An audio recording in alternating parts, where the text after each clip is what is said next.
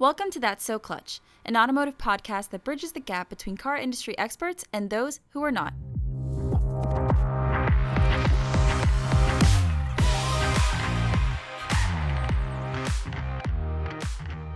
Hey everybody, welcome back to That's So Clutch. I'm Alini Ferreira, your host, and today I am joined by Will Hardeman, one of the owners of the Continental Automotive Group, which consists of 7 dealerships all across Texas.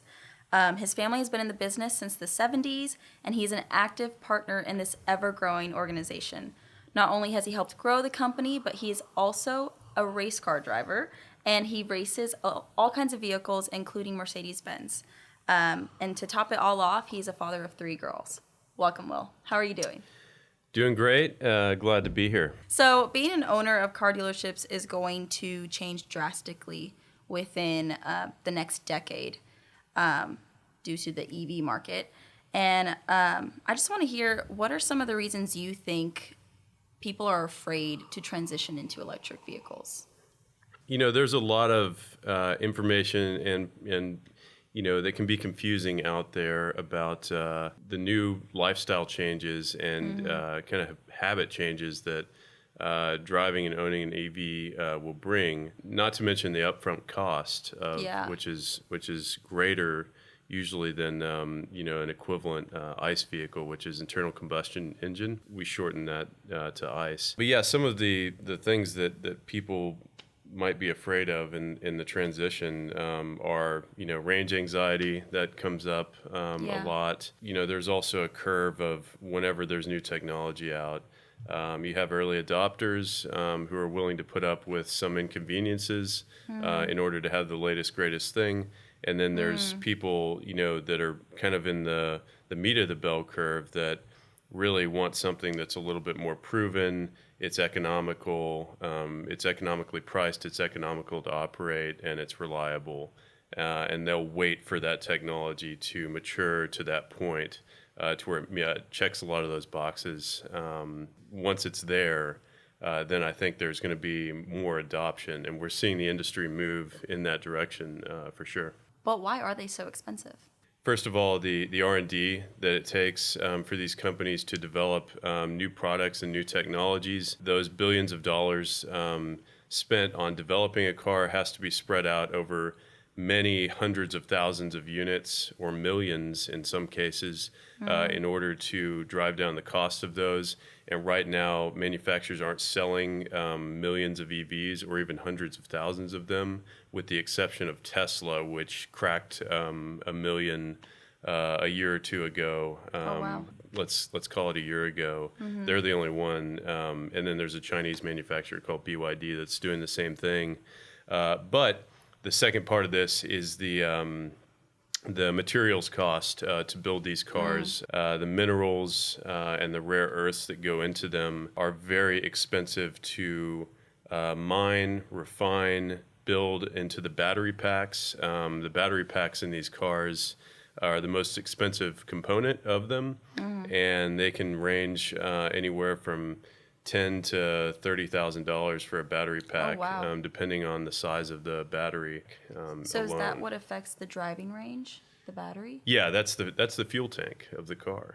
So the bigger the battery. And just to put it into perspective, the whole drivetrain of an ICE car, say in a Honda, is about $2,500. Okay, for that manufacturer to build that whole system and install it in the car. In a luxury car or a sports car, it might cost them $10,000. Okay.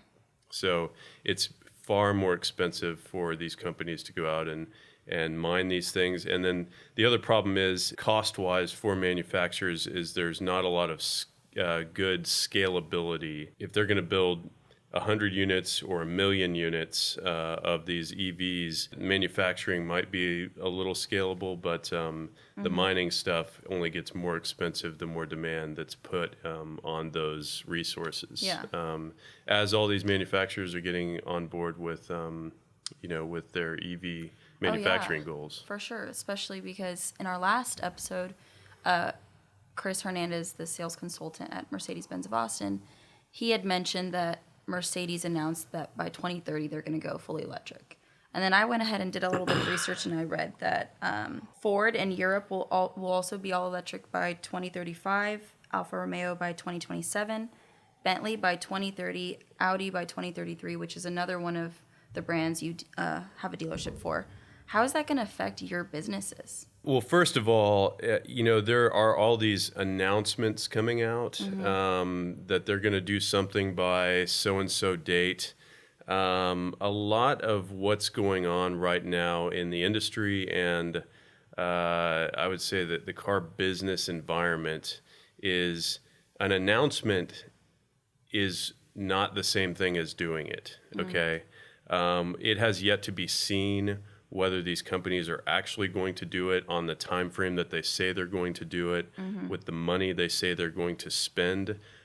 These commitments right now basically appease and placate lawmakers in Europe and lawmakers in the United States in order to, and Wall Street investors, et cetera, saying, okay, this is where we're taking our company. But until they're actually spending the money and building the factories, which it's a slow process, they're not spending the 30, the 40, the 50 billion today. They're going to slowly roll it out. But what their underlying strategy, what they're not talking about is if market conditions change and EV adoption is much slower than they thought it was going to be, they have the ability to adapt their product lines to accommodate what's actually going to be selling, whether it's ICE vehicles or hybrids or full EVs. And so there's actually going to be EV is just going to be part of the composition of what they're selling, and they're going to sell whatever people will buy, not what but the complicating factor is what governments are mandating right now, and unfortunately, that can change with each administration, whether it's the Trump administration or the Biden administration in America, and then politics change in Europe too. So you just never know which way the political winds are going to be blowing. It's really taking a lot of these industries, like the car industry, for a ride.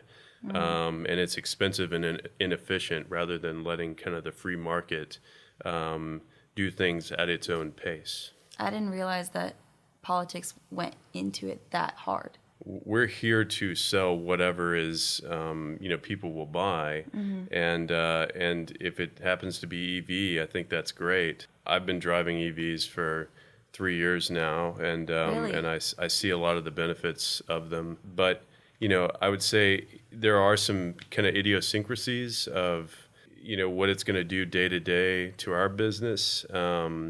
There's an education piece of educating the consumer about the different behaviors you have to implement into your life to own and drive an EV, with charging it and maintaining it, et cetera. And then on the after sales piece, that's a consideration of ours is EVs.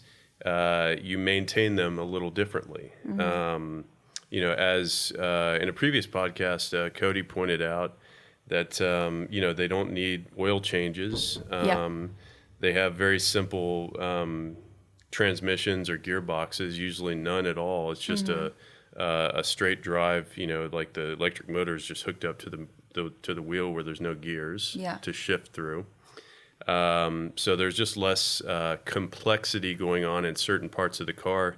But then again, there's other considerations, like the cars are far heavier, usually about 50% more mass, and that puts stresses on other parts of the car and wears other parts out quicker. It wears your tires out quicker.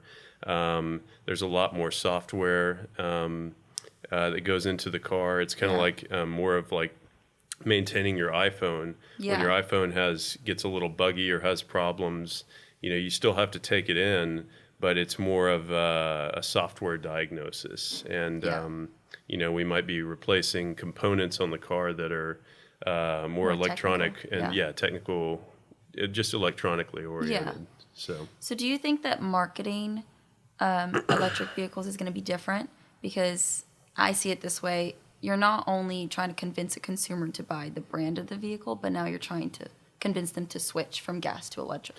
Yeah, I mean, I don't think that we're trying to convince anyone to switch from gas to electric. I think every consumer has to figure out whether the EV works for their own lifestyle. Okay. Like in my household, we have one EV, but then I also have two ICE vehicles, for different purposes, kind of like different arrows in the quiver. Yeah. I will say that EVs they work really well in urban environments where the driving distances are shorter, and you have a good charging infrastructure that's always nearby, and you don't stray too far from home. Or if we have to do anything, outside of town or take a road trip, or if I want to drive a sports car that's a little bit more visceral and has some more, sounds and smells going on and things like that, and tactile feel. That's where the ICE motors are, superior. Yeah. And they have greater range. And when you're outside of an urban area, the charging infrastructure really just drops off a cliff almost to nothing. And so you just can't be, inconvenienced or stranded, as it stands today. Yeah. It's not to say that, as we build out our charging infrastructure, that will get better, but that's going to take time, maybe over a decade. Okay. Well, so a lot of people want to buy an electric vehicle to save money on gas or to be more environmentally conscious. What are some hidden costs involved in buying an EV? Yeah, so that's a loaded question because it's not as simple as what you would see on the surface of, I'm not burning any more gas in order to drive this car. There's a lot of other costs that you have to consider just out of your pocketbook. And then the second piece is, I'm doing something good for the environment. Well, there's more to unpack there as well. There's pros and cons to both of those. So are EVs actually saving the environment? That's also a loaded question, isn't it? Yeah, I would say yes. It's basically about a 1% difference between ICE vehicles if you net out the whole big picture in aggregate. And when I say 1%, it's so small that it's almost nothing.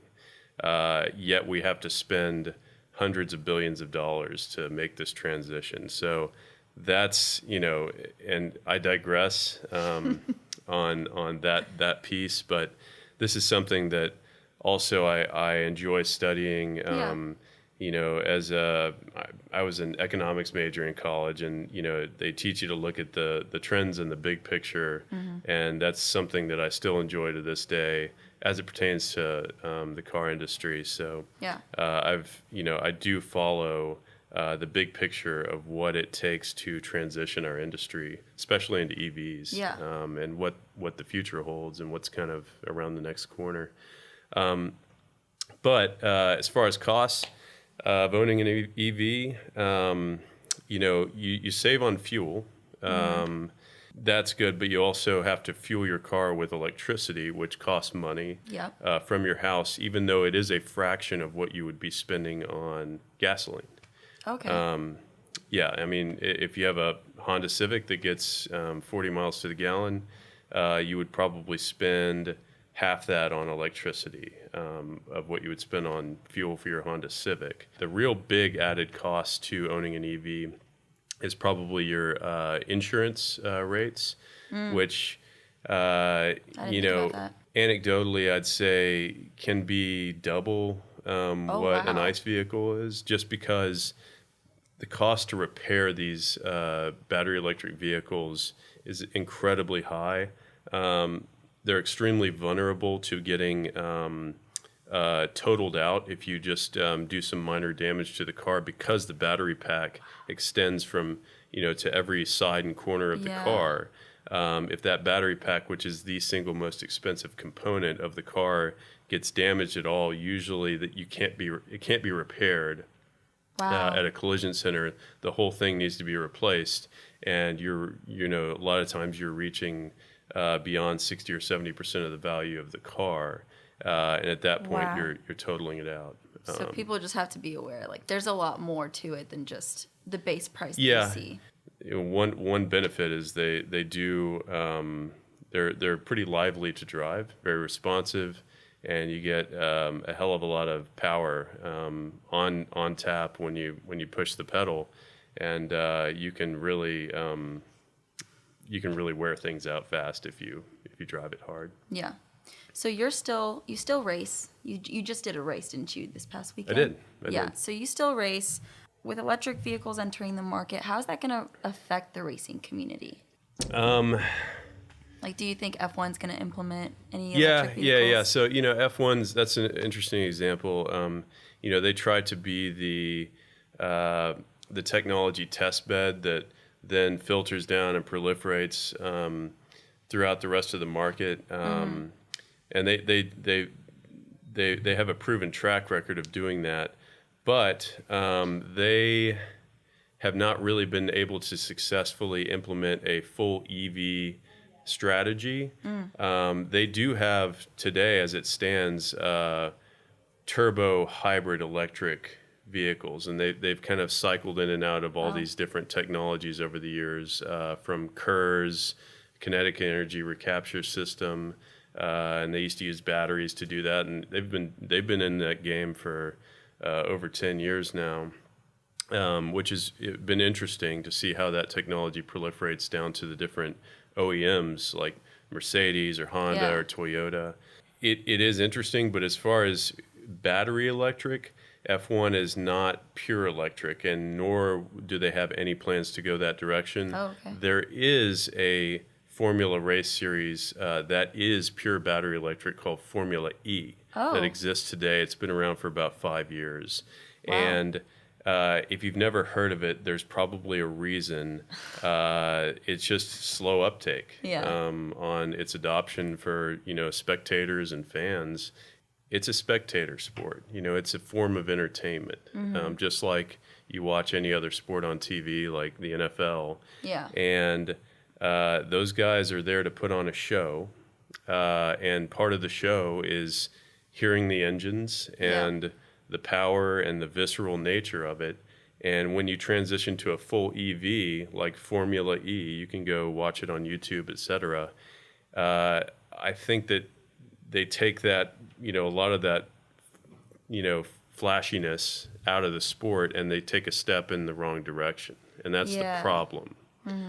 With electric vehicles is when you hear them racing around, you don't hear anything, and you just hear the whirring of the electric motors, and it sounds like they're just racing forklifts around the track, and they're just kind of silent, and there's just not as much excitement going on. So it's kind of a step in the wrong direction. I mean, sporting events and entertainment, venues,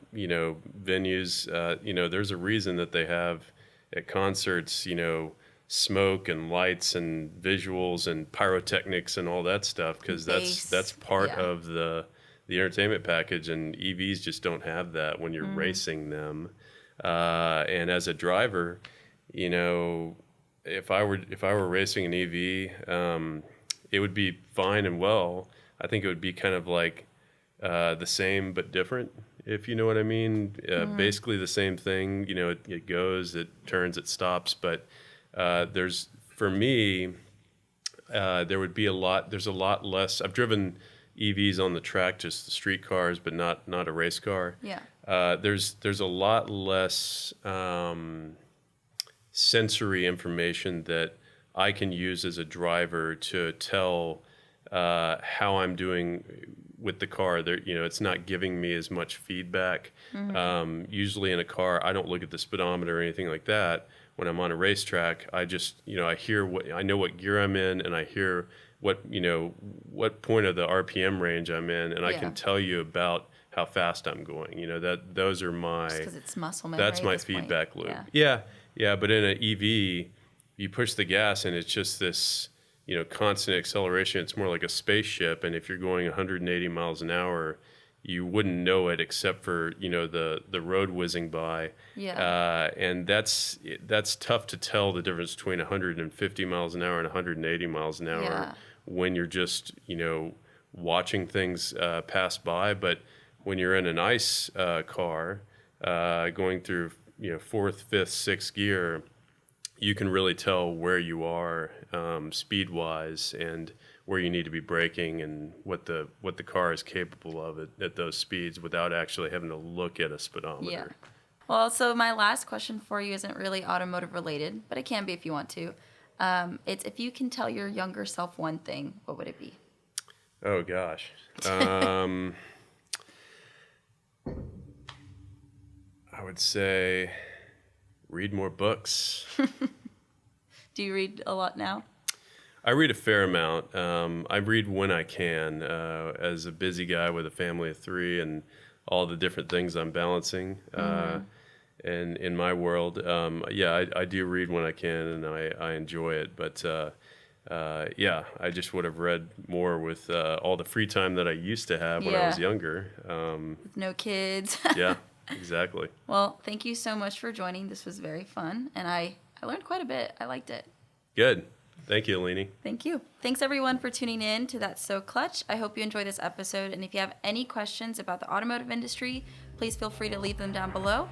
As always, see ya.